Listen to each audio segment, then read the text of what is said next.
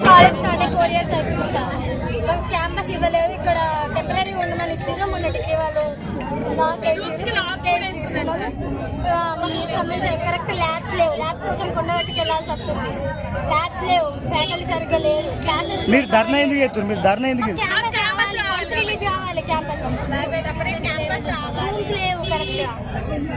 ఒక క్లాస్ కంటే ఒక రూమ్ అంటూ ఏది లేదు సార్. ల్యాబ్స్ కూడా లేదు. మా క్లాస్ ఇంకా జరగట్లేదు. ఫీల్డ్ లకి వెళ్ళలేదు. క్లాస్ చేసుకోవాలంటే మేము వచ్చిన నుంచి బీటెక్ అనేది మాకు నెక్స్ట్ స్టెప్ చదువుకోవడానికి అసలు ఏం బేసిక్